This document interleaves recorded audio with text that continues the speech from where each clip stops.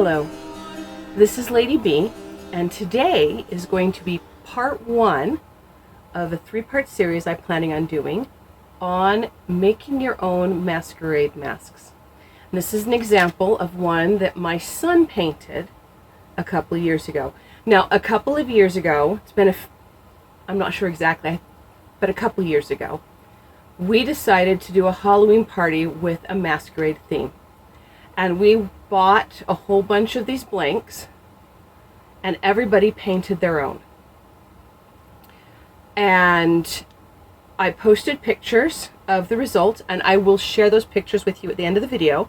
But I posted pictures of what everybody painted, and some people asked, how did you do that? So here's how. Now, the first thing you need is the blanks. And that's these. They are paper. Don't get plastic. They're paper. And you can buy these in groups of 14, 16, 18, 20, multiples of 2 of some kind usually. I believe the ones we got was actually a pack, 2 packs of 15. So, but the ones I've seen, I recently looked up to see if they're still available, and they are.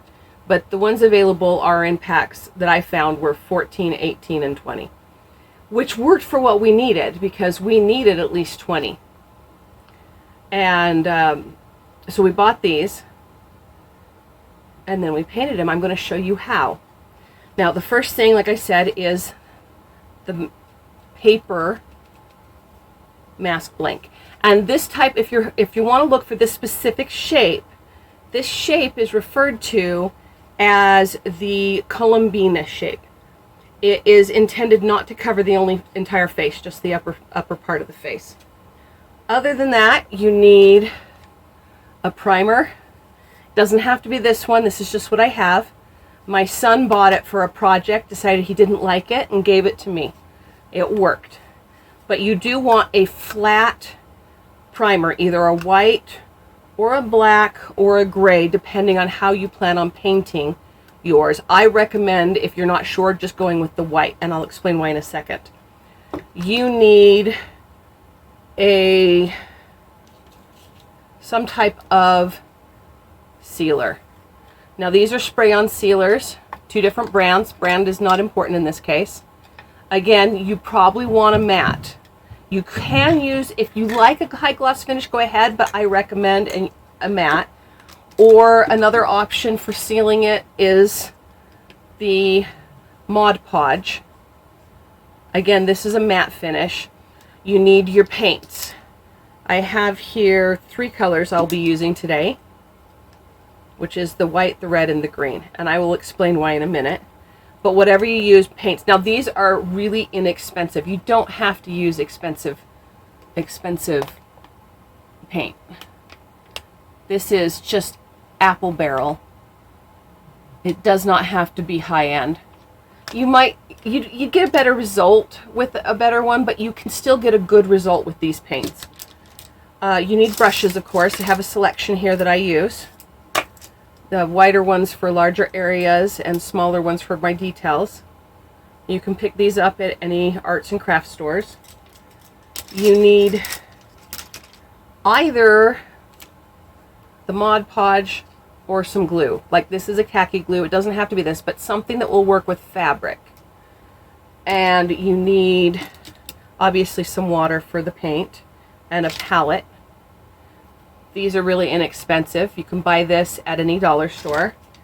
And then you need some really, really, really thin felt. And we will be lining the mask with this. Okay, so step 1 I have already done, and that is to prime the mask. You take this, you go outside, you prime it. 1, 2, I recommend 2. Use it twice. It doesn't take very long. And then let it sit overnight. You want to do this ahead of time. And the reason is that matte paint is really good. See if you can see that if I get it close. At taking pencil. You can draw right on your mask what you want to do before you ever put any paint on it. Now, the design I'm doing today is a variation off of what they call the Arlecchino or Harlequin style. Now, this is not a Harlequin style mask. Can I get down in here? This is not a Harlequin style mask. A Harlequin style mask had this furrowed brow and this big nose. But the costume Harlequin wears, I think we're all familiar with. It's a diamond pattern with different colors. And I found a picture, an old picture of a Harlequin costume. Now, if you're not familiar with where the Harlequin, let me tip that back up a little bit, since I'm talking into it. If you're not familiar with where the Harlequin costume comes from, it actually comes from Italian opera. And the Harlequin or Arlecchino character was mischievous and very intelligent, though. And the Venetian Carnival, which is what Mardi Gras and all these other party things is based off of, and a lot of masquerade masks are also based off of, took their inspiration from that.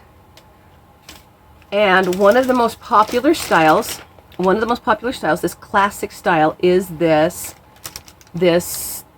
Harlequin design, not from its mask, but from the costume itself of these triangles. So, putting that back down so you can see.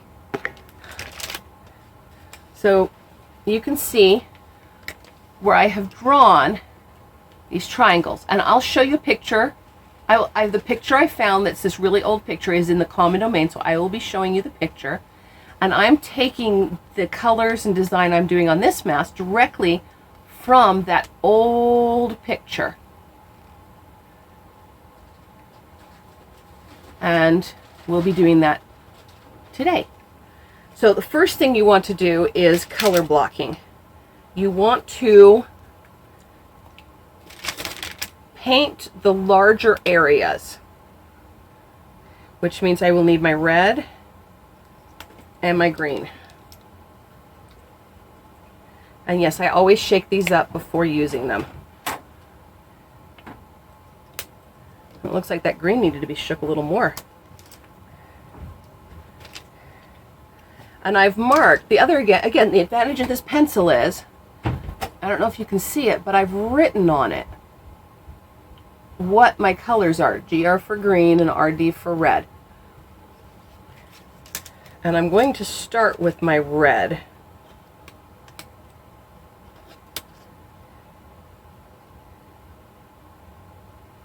And these acrylics, as long as you're doing a darker color, they will cover up the pencil.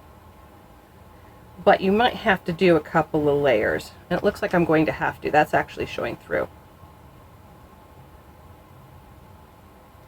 Now you'll notice as I'm putting that down, I'm starting with this. It's a nice flat brush. And this is going to make it easy for me to follow these lines.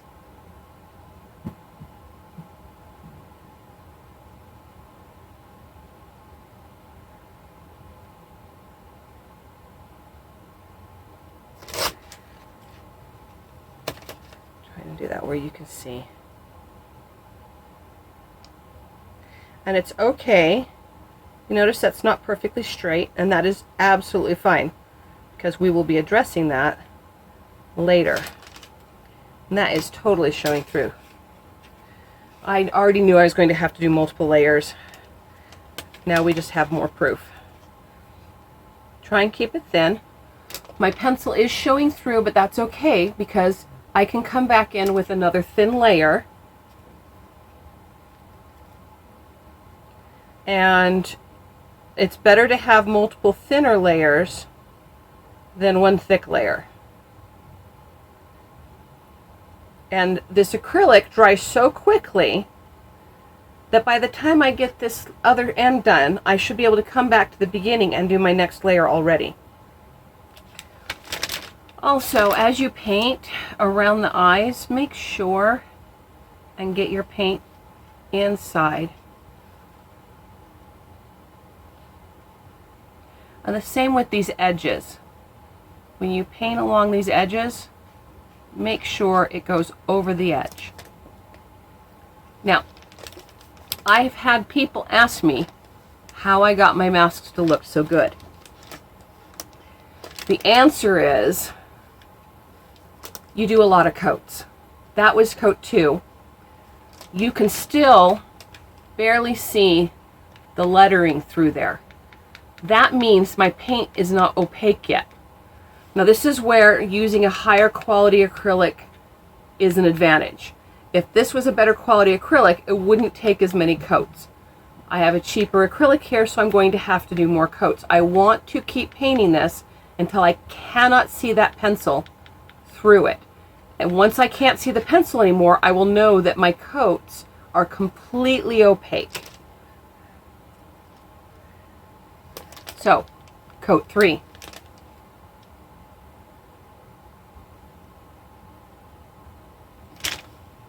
Oh yeah, that looks good. All right, so the red is done. Time for the green. Gonna mix that up and get rid of any slubs, because I should not have put that out until I was actually going to paint with it. I wasn't thinking straight. You'll notice I mixed that with my end of my paintbrush. Do not mix with the bristles, because you'll force the paint up into the bristles up where they are attached to the stock hair, and that will ruin your bristles. So always mix with the end that is not, and not with the bristles. So now we're going to do the exact same thing with the green. Now on the red, I wasn't too worried if I got a little bit into the green. With the green, I just got to make sure and keep it on this side of the line. It doesn't have to be right up to the line. It just needs to be within the green line. You know what? I'm not sure I like this green. All right, I'm going to try and take some of this paint off by just, because I don't like the color and it hasn't dried yet, I can get my brush wet and go over it. And this is another reason why you want to prime it. You can't do this if you don't prime it. If it was just the paper, I would be ruining the paper of the mask right now by putting too much water on it. But because there is a layer of paint under this, it is not affecting it at all. There we go. That has removed most of that green. And we'll let that dry. Actually, you know what? I'm going to get a paper towel to blot it with. So let's see how this one goes down. Oh yeah, I like that much better. Now, this is going to shows you what I was talking about before. That darker color is covering up the pencil really, really, really well. You already can't see it. If I look for it, I can find it. But one coat and I almost can't see it. But I'm not getting an even color. You still need several layers of a darker color in order to get that even color. So in the case of a darker color, it's not about whether I can't see the pencil, it's about whether it looks even. All right, there is coat 2, and I am running into some issues. Namely, the more coats I'm doing of this green, the less I like it. I think I'm going to switch back to the original green. And you can do that. My sister, when we were making our masks, she painted her mask 3 times before she came up with something that she was actually happy with. So if you don't like it, paint over it. I am getting spotty paint and it's still too dark. So I am going to add white. I like the tone of this one better. It has a little bit of a gray in it. And I'm going to put some white in that. There we go. So this now looks a shade lighter than that. So I have another color that I've made myself now. And this has dried. And now we will try again with this green. So, wish me luck.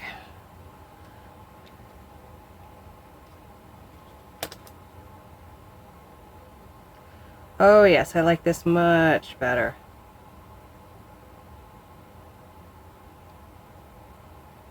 That's the green we're going to use. Now, I had mentioned earlier that rather than priming with white, you could prime with a gray or a black. The reason you might want to do that is you saw how this dark green did not like covering. It's because it had a white primer under it.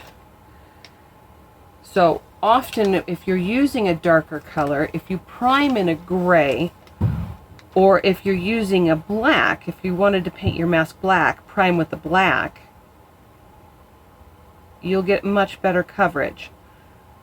And you say, but if you prime with black, why would you also paint it black? Because primer is not paint. They have different properties. If you do want a black mask, you're still going to want to do at least one layer of black paint over the primer. Several of the people who did black masks didn't actually bother priming it. They just painted the black right on it. And they only did 1 or 2 layers. And you could see the texture of the paper through the paint. It didn't look as good. It looked great at a distance. But just being close enough to talk to someone face to face, you could see it. So if you're going to... Even if you're going to do a black mask, make sure and prime and paint, even if you use a black primer.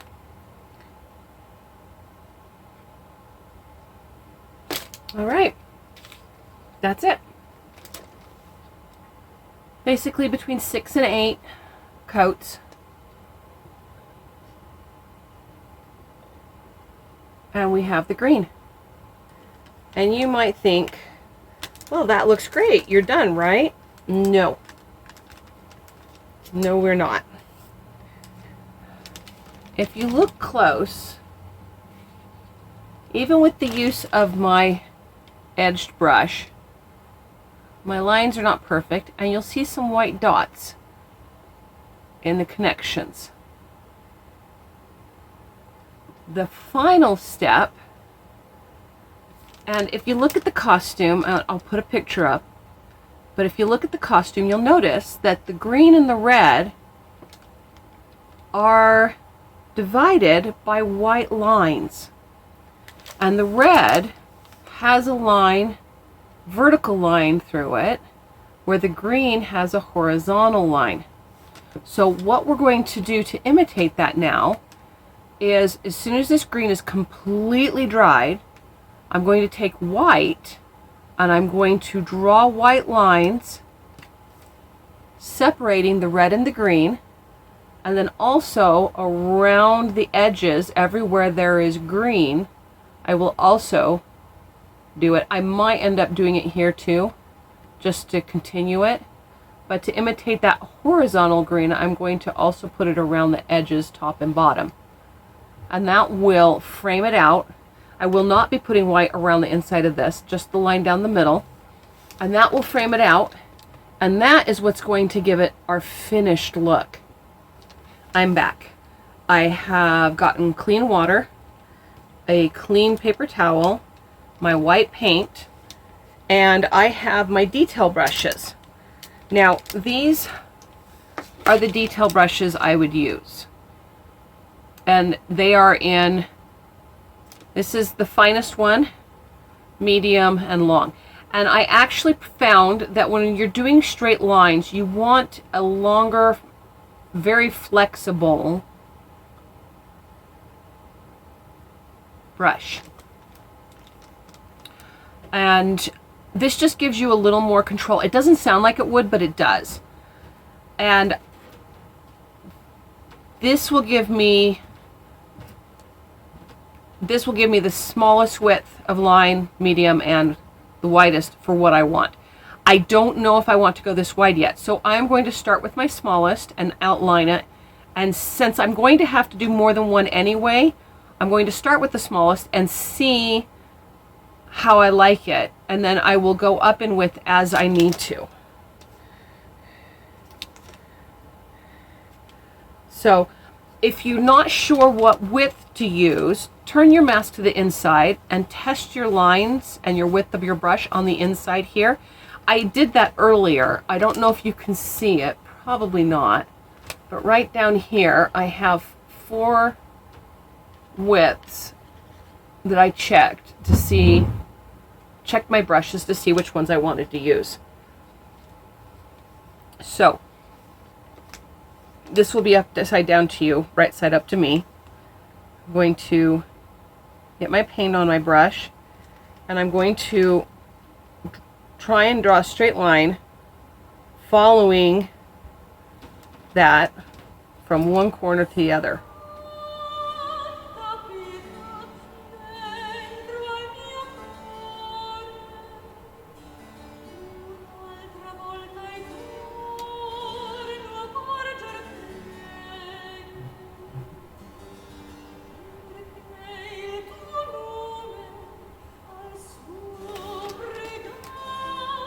And what I'm doing is I'm bracing my hand on the mask so that I have a constant reference.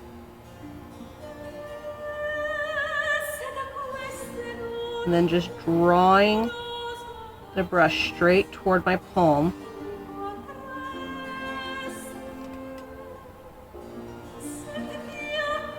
So that that line stays as straight as possible.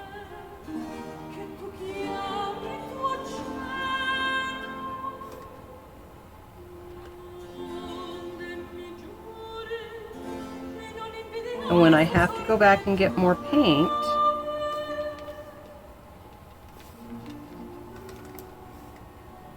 I don't start at the end of my last bit. I start a little bit back in where I left off. So there's the basic. Now I do the part that is the scariest, which is drawing the white line right down the middle of the red. There we go. And now we add the lines to the edges of the green. All right, there it is. Horizontal green, vertical red. If I wanted to emphasize I have 2 choices. I can either outline the red too, or I can put another line here and here to emphasize that vertical. And I think that's what I'm going to do. I think that's good. So there we go. So now I just have to decide if I like this width. Now my source material, my inspiration picture, definitely had wider white stripes. But the question is, what do I want? And I'm not sure. I kind of like this width, but I think maybe it would look good with a slightly wider width. So I am going to do another one with my next size up, and we'll see how that looks. So I have to do at least 2 of these anyway for it to look good. So there's that. I like that slightly wider width. I think that's the right width. So this will be my second coat. All right. There we go. Now, I could call it done at this point, but I'm just picky enough that I have one more step I do. Now, you don't have to do this, but I like to. And what it is I have this brush, and you can see just how small the point is on that. Now, what I'm going to do is I'm going to go in with that little teeny brush, and I'm just going to clean up all the edges anywhere I think it maybe could be a little straighter. And that little teeny brush is going to let me get in there and do little teeny details. Now, the secret to doing this is you don't just go straight up to it. You work your way up to the line.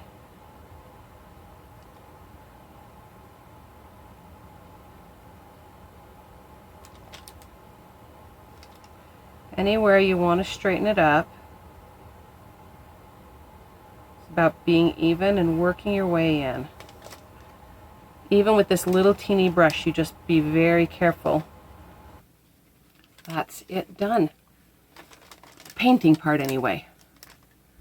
So now the next step is to seal this, because we want to protect this paint job that we've just spent 3 or 4 hours doing. I'll have to look up and see how long it took. So I'm going to take it outside, I'm going to seal it, and I'm going to let that seal harden overnight, and then tomorrow we'll finish this.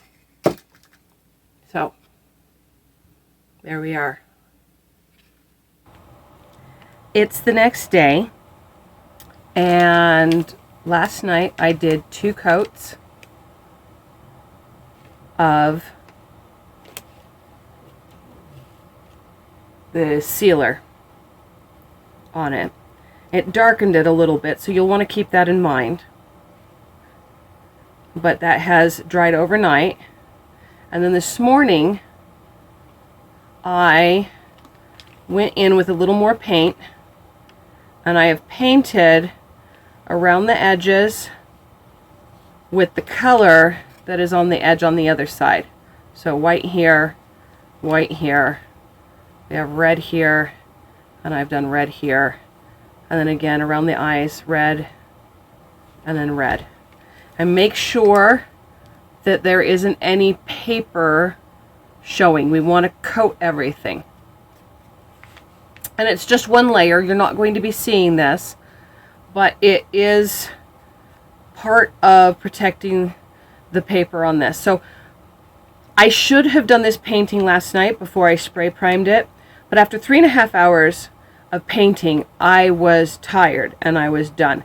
And this can be done afterwards. It's all part of what I'm going to do now, which is we're going to do 2 things. We're going to seal and protect the paper on the inside here, and at the same time we are going to line it with this felt. It's a very, very thin felt, and you can use a thicker one if you like, but this is what's going to be up against your skin, and it will make it more comfortable to wear the mask, as well as help it give it more structure. So I used to have a way of doing this where I had taken paper and clipped it onto the mask and made a template that I then cut my fabric out with, and it didn't always work and it was just messy, and so we're doing it a different way. So now here is the Mod Podge. Now, like I said, you could use other glues. I've used several different kind of glues, but you want something that is going to seal this. This is going to both glue the fabric on and seal it. I have here a sponge brush. You could use a regular brush for this. I just, when it comes to the Mod Podge, I like to use a sponge. And I'm going to start by adding it across the top here, but I am not going all the way to the end. I want to stop about that far from the edge. So And same with the eyes. We don't want to go all the way next to the edge of the eyes. And then you want to, I've cut this piece and it is larger than the mask. And I'm going to start by folding it in half this way and then dropping that right at the, not against the edge because this dips down, but just past it. Right there. And folding it out. And I want to smooth it into that glue.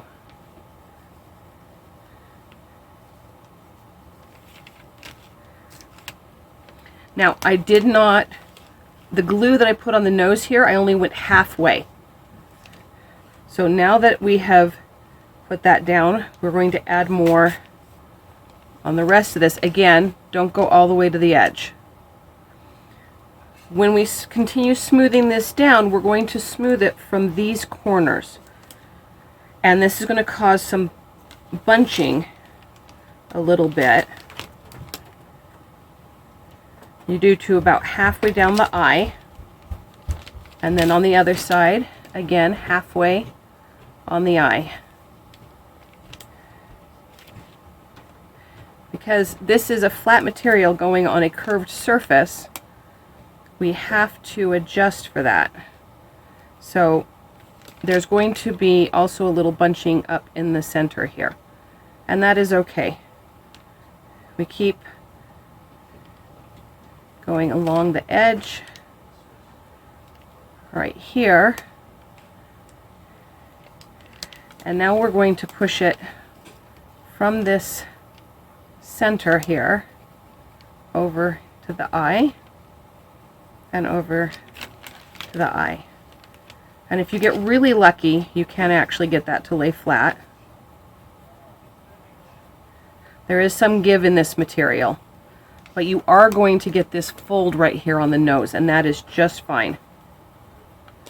There we go. And we molded it to the mask except for this bit right here. So now the reason we didn't glue all the way to the edge is because now we're going to take some scissors and you're going to carefully cut away, leaving just a little bit just inside the edge there. All right, so now we have the eyes, and it's the same thing.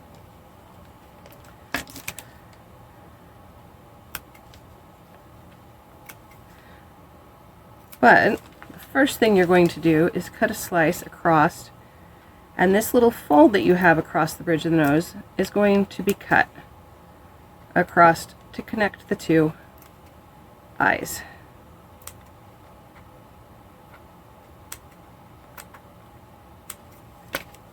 All right, there we go. And now we can get in here and do the same thing around the eyes. We have this bridge area here,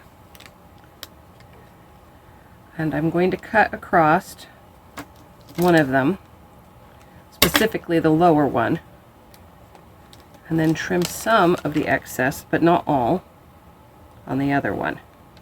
So now that this has been trimmed, we're going to go in around those edges that we didn't do, and we're just going to go in and add it. And this is going to seal that additional paint as well as finish tacking down the fabric. Just make sure as you do this that you do get it all the way to the edge, because remember, we're not just gluing it down, we're sealing the paint. So there it is. It's been sealed inside the eyes, around the edges. We have felt lining. And like I said, this is what's going to go next to your skin. So, how do you wear it? Well, these masks have a little hole right here, and they come with an elastic. Now, you do not have to use the elastic that it comes with. You can trade it out for some ribbon. I've seen some that will put the elastic through and then use that to attach the ribbon. However you want to do it is up to you. But either way, if you're going to use these holes, we need to make a hole on this side. So I have here, this is just a shish kebab skewer. You can use anything you have that is pointy. You can use a toothpick. You can use a cake tester, anything you have. But you're just going to come in from the other side and just poke a hole through. Like that. See? And because this is felt, it will just part for it. So the holes are there. Then to tie this on, this can be really hard to actually get through the hole. So whatever you use to poke the hole with, you can then use to push the elastic through. And there we go. And you just tie a knot. Square knot will help make sure it doesn't come undone. And then smoothly go over to make sure it's not twisted. And we'll do the same thing on this side. And there we go. That's done. And that's it. How to paint a Colombino style masquerade mask. Now, you can see front and back. We have the lining and the ribbon. And